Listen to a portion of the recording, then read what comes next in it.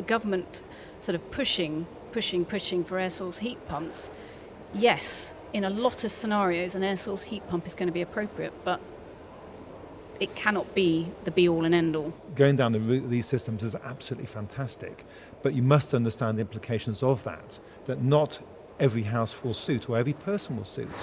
So, if you're renovating your house to get it to a level of performance where this kind of system works is quite difficult and tricky to do. Yeah, one size fits all is not a scenario Absolutely that we not. would ever advocate.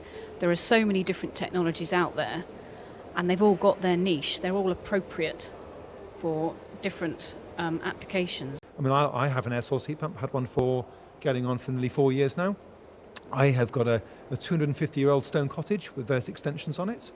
And my house is very toasty, thank you very much. It all works. I can reflect that. We've had one for about 12 years, and people go, does it actually heat? Yes, it does heat the house. Yes, it's absolutely fine. I mean, we've split our system. Our air source heat pump is just doing our underfloor heating, and then we've got radiant fan-assisted radiators upstairs because the timbers wouldn't take the weight of underfloor heating. But we've then also got a separate air-to-water heat pump, a bit like that tall unit up there, that does just our domestic hot water, so that in the summer months the air source heat pump isn't on outside because it's not needed for the heating. But also, what people don't realise is that ventilation losses, as we call it, can be up to 30% of your heating loss.